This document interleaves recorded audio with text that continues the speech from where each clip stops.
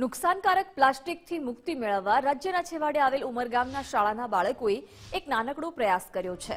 કુદરતની રક્ષા માટે શાળાના વિદ્યાર્થીઓએ લીધેલ એક ડગલાથી આવનારા દિવસોમાં દરિયાઈ જીવસૃષ્ટિથી માંડીને કુદરતને મોટો ફાયદો થઈ શકે છે। વલસાડ જિલ્લાના ઉમરગામના દરિયા કિનારે હજારો પ્રવાસીઓ મોજ માણવા આવે છે। જો કે બહારથી આવતા પ્રવાસીઓ આ દરિયા કિનારાને નાનું મોટું પ્રદૂષણ પણ કરતા હોય છે। ખાસ કરીને પ્લાસ્ટિકની બોટલ તેમજ ચિપ્સના પડીકા ખાઈને દરિયા કિનારે જ નાખી દેતા જોવા મળતા હોય છે। ત્યારે આ પ્લાસ્ટિક ઘણીવાર દરિયામાં જતા દરિયાઈ જીવસૃષ્ટિને પણ નુકસાન પહોંચાડે છે।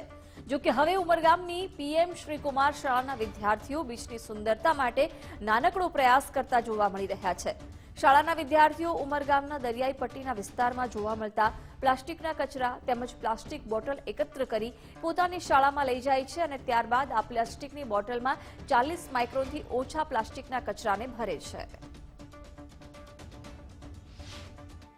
ઉમરગામના દરિયા કિનારો એક પ્રવાસી સ્થળ છે। ત્યાં ઘણા બધા પ્રવાસીઓ પ્રવાસ કરવા આવે છે અને પ્લાસ્ટિકના બોટલો, રેપર્સ, કુરકુરેના પેકેટ્સ એ બધા એવા કચરા નાખીને જતા રહે છે।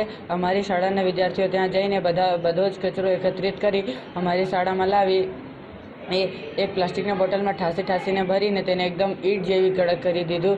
કડક કરીને બનાવ્યું અને તેને બ્રિક તરીકે ઉપયોગ કર્યો। આ બોટલનો ઉપયોગ કરી આપણે દિવાલ, બોર્ડર કે ભાઈ ખુરશી કે ટેબલ પણ બનાવી શકીએ છીએ। અમારા વિસ્તાર એ પ્રવાસી વિસ્તાર છે એટલે અમને 40 માઇક્રોનથી નીચેના પ્લાસ્ટિક ઘણો બધો મળે છે।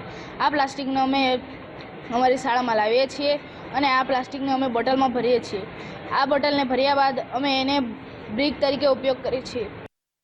તો એવું વિચાર્યું કે જે વેપરના પેકેટ છે, સૂકા પ્લાસ્ટિકના પેકેટ છે, એને બોટલની અંદર ભરી અને એક એનું નવું નામ આપ્યું કે બોટલ બ્રિક્સ બનાવી, કે જેની અંદર બોટલની અંદર જેટલું શક્ય બને એટલું પ્લાસ્ટિક ભરીએ અને એટલી પ્લાસ્ટિક ભરીએ કે જ્યાં સુધી બોટલ દબાય નહીં ત્યાં સુધી, અને એ બોટલનો ઉપયોગ કરી અને અત્યારે ગ્રાઉન્ડની અંદર ઝાડની ફરતે સરસ મજાની બાળકોની બેઠક માટે બોટલ બ્રિક્સ બનાવવામાં આવી છે, કે જેના કારણે અમારો મુખ્ય ઉદ્દેશ્ય એ જ છે કે ગામના લોકો આ પ્રોજેક્ટથી અવેરનેસ થાય કે ખરેખર પ્લાસ્ટિકનો દુરુપયોગ આપણે અટકાવવો જોઈએ અને કેવી રીતે સાચો ઉપયોગ કરી શકે।